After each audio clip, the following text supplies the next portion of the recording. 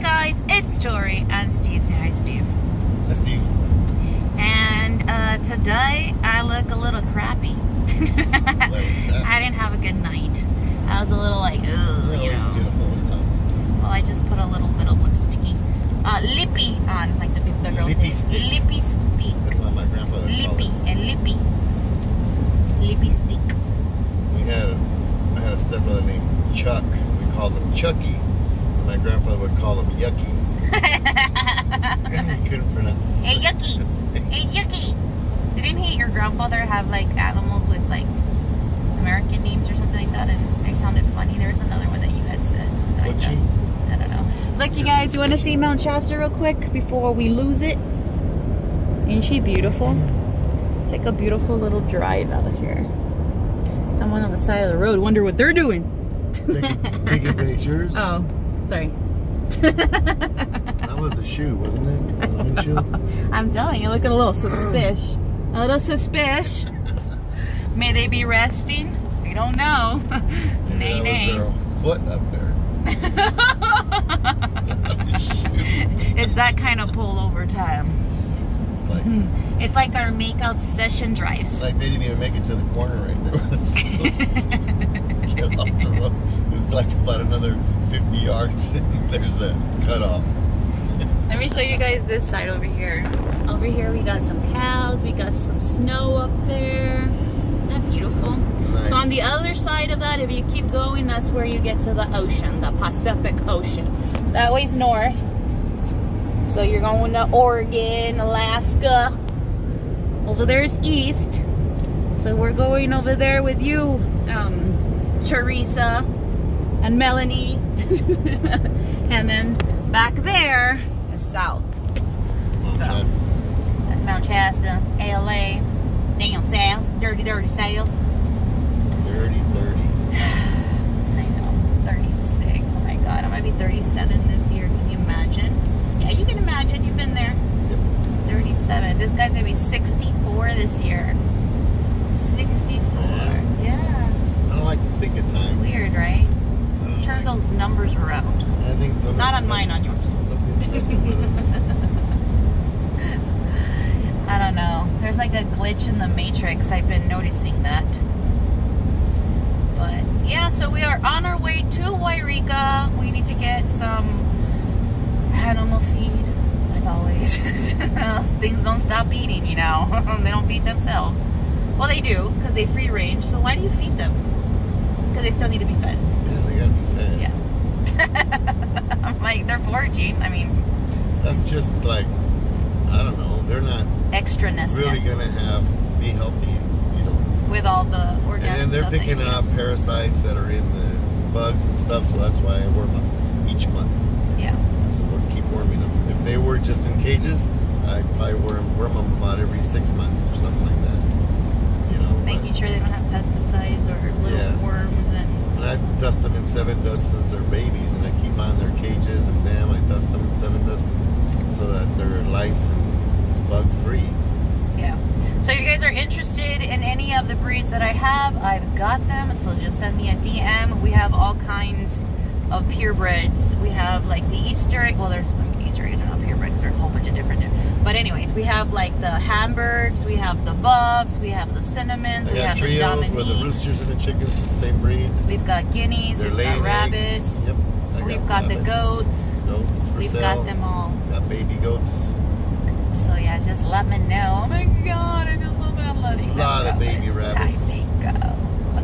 I know. I got Californias, I got Brokens, I got New Zealand Blacks, New Zealand Whites. And I don't want anybody contacting me asking me if I'm giving Cortez away too. That always happens. It's like, no, I'm sorry guys. He don't go. Yeah. He stays with us forever. That's my baby. I got him all set up. I got to get him to the vet. We're going to get him nice and cleaned up. Get his nails done. His nails did. I know, it's another year. I know. I think his last bath out there was like in October or something that Marquise gave him a good washing, but that's about it. He's been out there. Well, we wash him all the time, but I mean, when we get the vet to come and cut his nails and give him a whole complete check over. Like a makeover? Yeah, once a year. Once a year. he hates going to the vet office because that's where they cut off his balls. So every time that we go, he's like, I don't want to be here. But I wasn't there when they did that to him. No, we got him already capao. But he remembers, and he, like, I would have never have done that to him. He was poor already guy. neutered, yeah. Like, I would have left him. And he's just so handsome. Imagine all the beautiful babies he could have made. He's so handsome, my baby. Everybody wants to take him away from me. I'm like, no. And then we didn't even like really want him in the beginning, right? Let me tell you a quick story, real quick. Oh my gosh. So when I was looking for a puppy. I was looking for a puppy. I told her a puppy. A few years ago because, you know, the kids were like, oh, we want a puppy and all this stuff. And we just needed like a family pet. And I was like, okay, let me look for one. So then I went on there and I went on that, I guess, Facebook thing. And I was like, hey, looking for a puppy for the kids and the family or whatever, forever home. And then this lady contacted me. She's like, I have a puppy and he's a Labrador. No, she didn't even tell me what he was. She said it was Labrador. How many months was he? He was like 7 or 8 months, something like that. Like he was still young. And she's like, and she didn't send me she sent me a picture like he was sitting down on the next to her. I don't know. It didn't really, like, you couldn't really tell. So then I was like, okay. So then she's like, oh, I'll meet you over here. My husband will meet you, and then he'll have the dog at the park and all this stuff, so you guys can pick him up. I was like, okay. So then we showed up at the park, and then we see this man with this really big dog, because Cortez was like the size that he is now still back then. Yeah. And then, hold on, sippy guys. So then we're like, oh no. And we're like, well, we're already here. Let's go tell him, you know, no, it's not going to work out.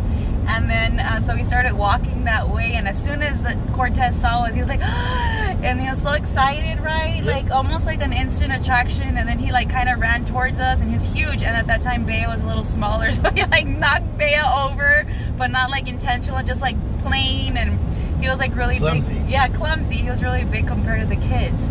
And, then me and Steve were like, oh, what do we do? Because he was apparently left like in his crate. That's how dogs come up to you when they're being really friendly. They'll wag their tail and they hit their hips against you and stuff. So the kids were small and they got pushed around because he's so big and clumsy. But he was just trying to show his love. He's always been a lovey-dovey. He's never bit the kids. He's never been aggressive with any of them. And we discipline him, and he does not react with anger or anything like that. So he's a great dog. When a dog attacks him, he doesn't really fight back. I know, he's like, he waits it off a little bit, right? Yeah. And then when we're like, he'll wait a little bit, then he'll bite back. He gives them a chance.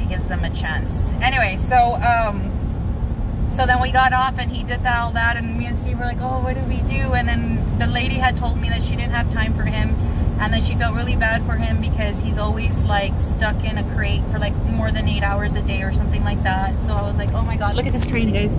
See the trains? So then I was like, oh my gosh, there's no way that I could leave him. Like, we have to save him. We have to save him, Steve. So that's how we got Cortez. And now he's like 160 or 70 pounds. Him in a crate. Yeah. He won't fit in that crate. Because they had to go to work. Yeah, they didn't have time for him, which is understandable. Yeah, sometimes that happens. We've got nothing but kids, nothing but time. Well, we don't really have a lot of time, but we do have time for him. He's my kotze baby. And he's like amazing. So he goes everywhere with us. When we went down to Texas, it was a little bit difficult because it was too hot, right? Yeah. We had to keep him inside. And I really don't like living with my pets inside the house. Like, I don't like that at all. It's just not sanitary. I had flea collars on him. I did that tick dip that dip that goes across his back, and I powdered him up real thick.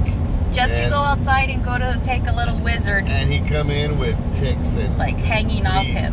Hanging on, just trying to hang on. It was horrible. It's like, whoa, it was bad. He didn't like it. He didn't like the weather. He was just like, ugh. When we got back, he jumped out of the car and started, he just loved it. He's like, home. Let's get out of here. Home. So, anyways. All right, guys, so I'll let you go. I ended up going off on a viaje, but here we are, back in reality. We got to get to where we're going, and my mom just called and I missed her phone call, so I got to call her back. So you guys have a great Monday and a great week, and thank you guys for watching. Say bye, Steve. Bye, Steve. Bye, guys.